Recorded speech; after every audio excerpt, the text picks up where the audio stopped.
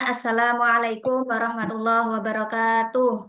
Waalaikumsalam Waalaikumsalam warahmatullahi warahmatullahi wabarakatuh. wabarakatuh. Selamat siang anak-anak. Yang Bu, Siang, Bu Guru.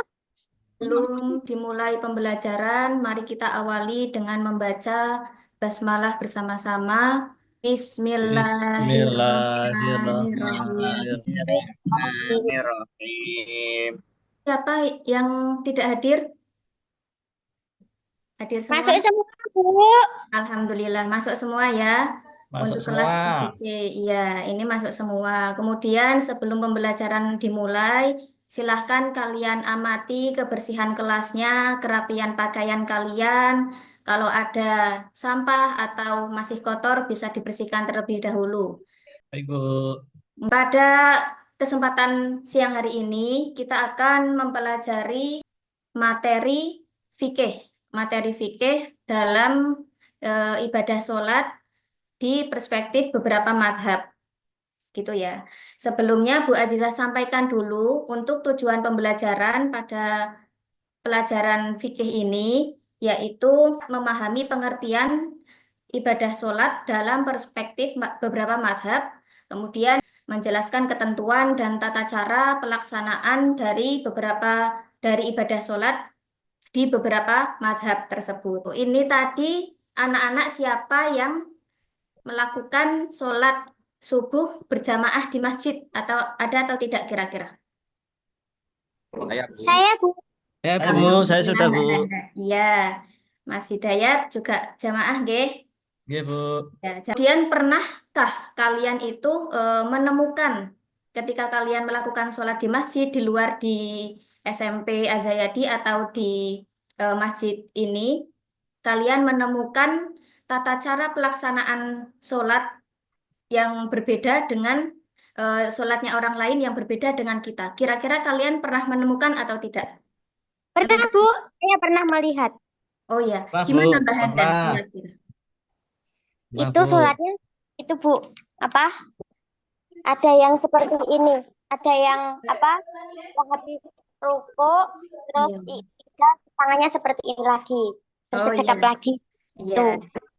Itu salah satu bentuk dari perbedaan pelaksanaan atau tata cara sholat dalam perspektif beberapa madhab.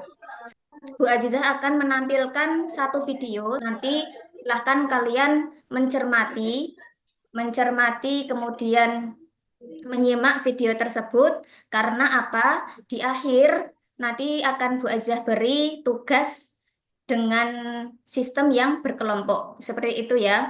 Sampai sini paham semuanya? Ya Bu. Paham. Oh ya, sebentar. Ah Bu. Bu Azizah share. Ya, share dulu. Yang pertama, yaitu tentang pengertian sholat. Sholat berasal dari bahasa Arab yang artinya doa. Sedangkan menurut istilah, sholat adalah ibadah yang dimulai dengan bacaan takbiratul ihram dan diakhiri dengan mengucap salam dengan syarat dan ketentuan tertentu. Pengertian sholat menurut 4 madhab. Perlu kita ketahui bahwa dalam ajaran agama Islam ada 4 madhab yang terkenal. Yang pertama, Imam Hanafi. Imam Hanafi menyampaikan pengertian sholat sebagai kewajiban bagi setiap muslim. Sholat fardu memiliki 5 waktu dengan jumlah rakaat yang sama dengan yang diatur oleh Imam Syafi'i. Lebih menekankan prinsip kias atau analogi dan istihsan dalam beberapa aspek praktek sholat. Imam Malik berpendapat pentingnya sholat fardu sebagai kewajiban yang harus dilaksanakan oleh setiap muslim. Sholat fardu terdiri dari 5 waktu dengan jumlah rakaat yang sama. Menganggap sholat fardu tidak hanya sebagai kewajiban individu, tetapi juga sebagai bagian dari kehidupan masyarakat muslim yang harus dijaga dan dihormati. Yang ketiga yaitu dari Imam Syafi'i, menyebutkan bahwa sholat fardu adalah ibadah yang memiliki ketentuan wajib yang harus dilaksanakan 5 kali sehari. Sholat fardu adalah salah satu rukun Islam yang paling utama bagi yang meninggalkan tanpa udzur yang syar'i dianggap sebagai dosa besar. Pendapat yang terakhir dari Imam Hambali, sholat fardu adalah ibadah yang wajib dan harus dilakukan sesuai dengan ketentuan yang ditetapkan dalam Al-Quran dan hadis. Beliau sangat menekankan pada ketepatan dalam menjalankan sholat sesuai dengan sunnah Nabi Muhammad dan menganggap setiap muslim yang meninggalkan sholat fardu tanpa alasan yang sah akan mendapatkan ancaman yang berat. Ketentuan sholat fardu menurut 4 madhab, yaitu madhab Hanafi. Beliau dianggap atau dikenal dengan pendekatan yang lebih fleksibel terhadap pelaksanaan sholat. Yang kedua, madhab Maliki, cenderung sangat mempertahankan tradisi generasi terdahulu. Kemudian yang ketiga, madhab Syafi'i, dikenal dengan prinsip kesohehan atau keabsahan amalan sholat yang sangat ketat.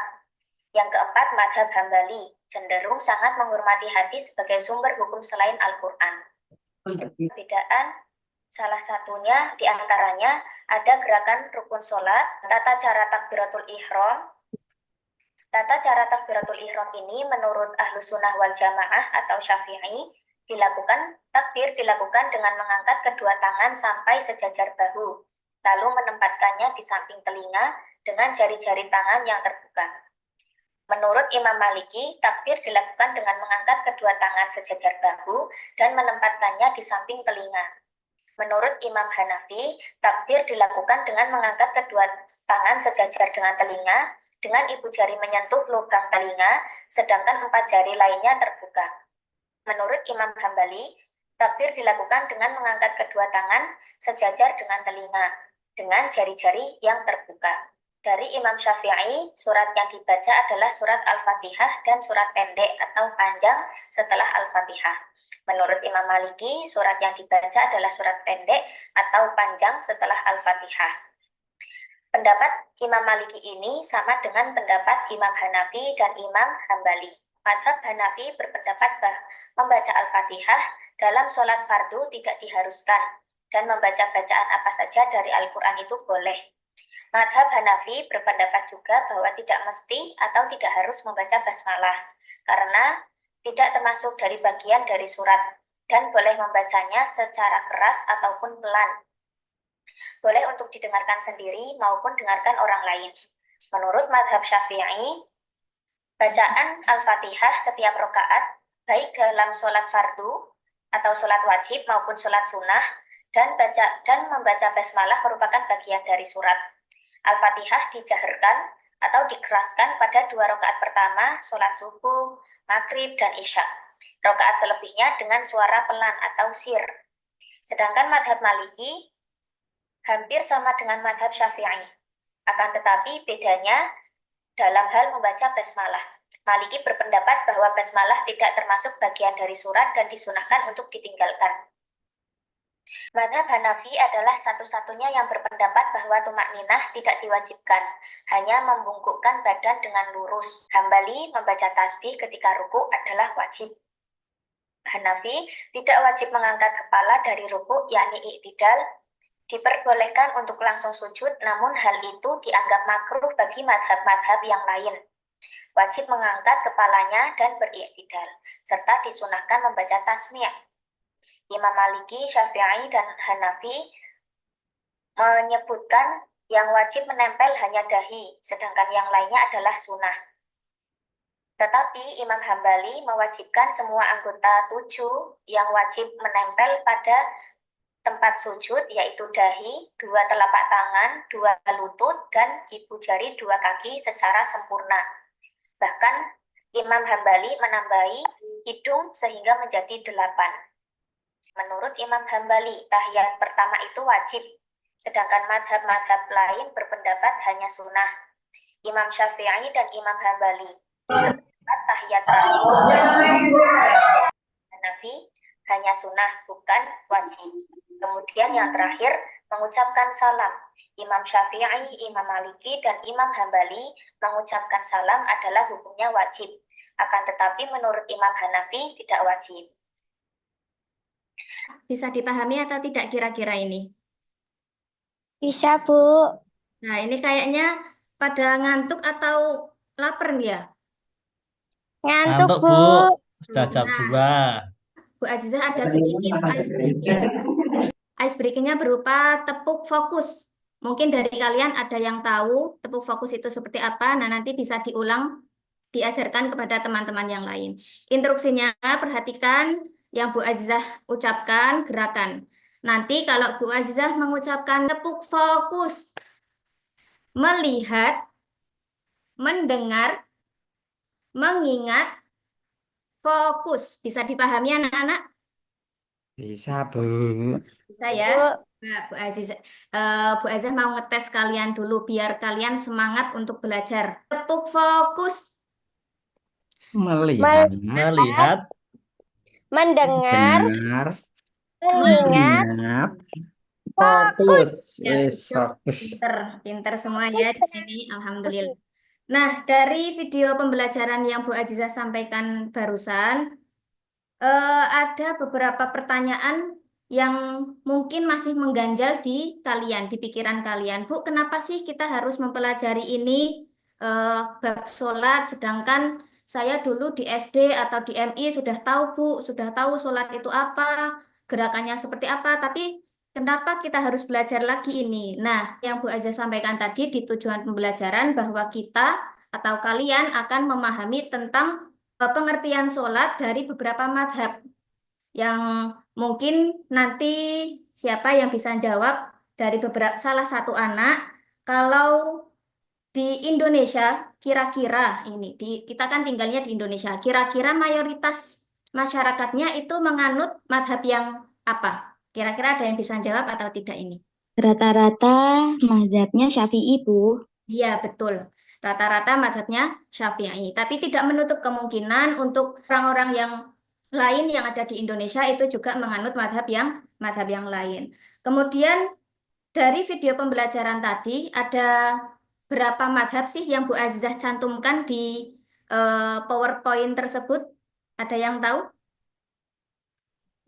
Ada 4. Ada 4 betul. Apa aja Mbak Ayundi coba sebutkan. Mazhab Syafi'i, Hambali, Hanafi, dan Maliki.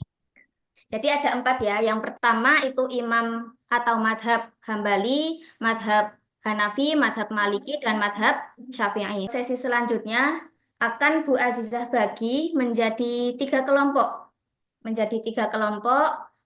Untuk tugasnya yang dikerjakan adalah kalian memecahkan suatu masalah. Bu, saya itu udah banyak masalah, mau ditambahi masalah lagi. Misalnya ada yang bilang seperti itu, nggak apa-apa. Karena masalah yang kita hadapi akan memberikan kita sikap yang bijaksana untuk menyikapi hal tersebut. Seperti itu.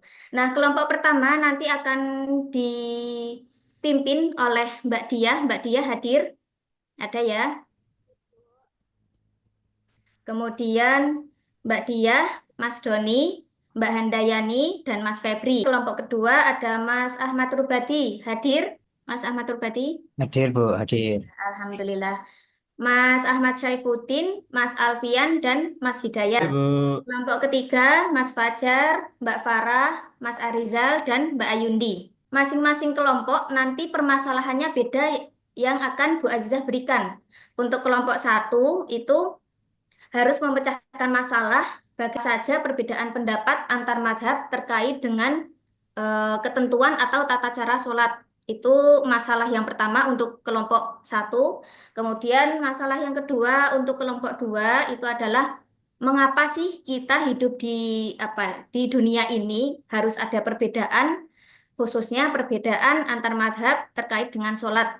Kemudian yang ketiga, bagaimana cara menyikapi perbedaan pelaksanaan sholat di lingkungan masyarakat? Kalian harus bisa menyeimbangi atau menyikapi bagaimana ketika kalian menemukan tata cara atau pelaksanaan sholat yang tidak sesuai dengan kalian.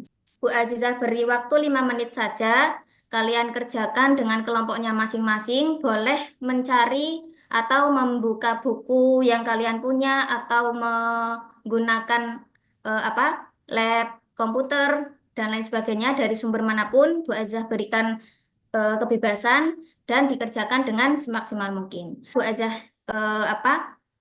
arahkan untuk kalian membentuk kelompoknya masing-masing, tempat duduknya dikondisikan sesuai dengan kelompoknya, dan 5 menit untuk mengerjakan dimulai dari sekarang. Kalau ada pertanyaan boleh ditanyakan, kalian merasa kesulitan juga boleh bertanya dengan kelompok yang lain atau dengan Bu Azizah. Selesai? Sudah, Bu. Ya, sudah, Bu. Ada yang presentasi, maju ke depan untuk membacakan hasil diskusinya sesuai dengan kelompoknya masing-masing. Kelompok kedua yang mau Saya, menyampaikan. Bu. Saya mau maju, Bu. Ya, bagus. Boleh, Mas Probati. Baik, Bu. Kami dari kelompok 2 ingin mempresentasikan hasil pemecahan masalah kami di dalam pertanyaan mengapa bisa terjadi perbedaan pendapat antar mazhab terkait sholat. Dari kelompok kami mendiskusikan jawaban hal tersebut bisa terjadi karena adanya perbedaan dalam penafsiran ayat Al-Quran. Artinya, penafsiran ayat Al-Quran yang terkait dengan sholat bisa berbeda di antara mazhab. Perbedaan dalam memahami makna ayat atau konteksnya dapat menyebabkan variasi dalam praktek.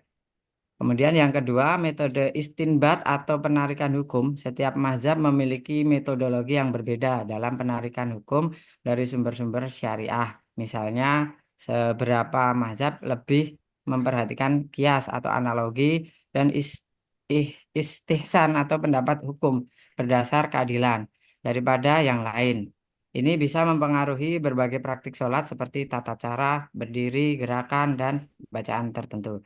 Demikian presentasi dari kelompok kami, Bu. Kurang Ya, lebihnya mohon maaf. beri tepuk tangan untuk kelompok 2 yang sudah membacakan hasilnya. Ya. Ya, Kemudian Bu. kelompok 3. Kelompok 3, silahkan untuk Mas Fajar, Mbak Farah, Mas Arizal, atau Mbak Ayundi yang mewakili untuk membacakan hasil diskusinya. Saya, Bu, ingin membacakan hasil diskusi. Ya, boleh Mas Fajar. Nih, bagaimana cara menyikapi perbedaan pelaksanaan sholat di lingkungan masyarakat, yaitu dengan cara mengambil langkah toleransi atau menghormati antar sesama, memilih dan menganut salah satu mazhab yang diyakini, serta mengambil jalan tengah. Maksudnya, tidak bersikap fanatik terhadap salah satu mazhab dan mempunyai sudut pandang bahwa adanya perbedaan merupakan rahmatan lil alamin yang wajar dalam kehidupan. Itu, Bu, untuk jawaban dari kelompok kami. Ya, terima kasih Mas Fajar atas keberaniannya untuk membacakan hasil diskusinya. Yang terakhir untuk kelompok 1, ada Mbak Diah, Mas Doni, Mbak Handayani, dan Mas Febri. Saya, Bu. Ya, boleh Mbak Diah. Ya, dari kelompok kami, Bu, pertanyaannya, apa saja perbedaan pendapat antar mazhab terkait dengan sholat? Perbedaannya, menurut kelompok kami, pendapat antar mazhab terkait salat meliputi pemahaman seperti pengertian sholat dan tata cara pelaksanaannya. Di antaranya, bacaan dan gerakan sholat. Itu, Bu, menurut kelompok kami. Ya, terima kasih Mbak Diah. Secara keseluruhan itu jawaban dari semua kelompok sudah cukup baik. Nanti bisa dikumpulkan materi ini Bu Azizah sampaikan karena Bu Azizah juga punya harapan kepada kalian untuk kita merefleksi diri sendiri ketika kita menemukan perbedaan antar sesama, tidak menutup kemungkinan perbedaan pendapat ketika diskusi, musyawarah, dan lain sebagainya, atau bahkan perbedaan pendapat tata cara ibadah, yang mana setiap umat muslim harus melaksanakan ibadah sholat sehari 5 kali. Jadi, ketika besok kalian sudah lulus dari sini, itu jangan sampai ada rasa fanatik atau kaget, culture shock ketika kalian keluar, oh ternyata dia berbeda dengan aku, dengan saya harus mencela atau lain sebagainya. Nah, itu sebaiknya kita harus benar-benar bisa menyikapi perbedaan pendapat dari beberapa segi. Sampai di sini kira-kira ada pertanyaan atau tidak dari anak-anak? Atau sudah cukup jelas? Sudah cukup, Bu. Ya, kalau sudah cukup, alhamdulillah. Untuk minggu depan kita lanjutkan dengan asesmen penilaian formatif dan sumatif. Untuk pembelajaran pada siang hari ini, mari kita tutup dengan bacaan hamdalah bersama-sama. Alhamdulillahirabbil alamin. Alhamdulillahirrahmanirrahim. Kalau ada kesalahan dari Bu Azizah, mohon maaf yang setulus-tulusnya. Bu Azizah akhiri, wallahul muwaffiq ila aqwamit thoriq. Wassalamualaikum warahmatullahi wabarakatuh. Waalaikumsalam Waalaikumsalam warahmatullahi warahmatullahi wabarakatuh. wabarakatuh.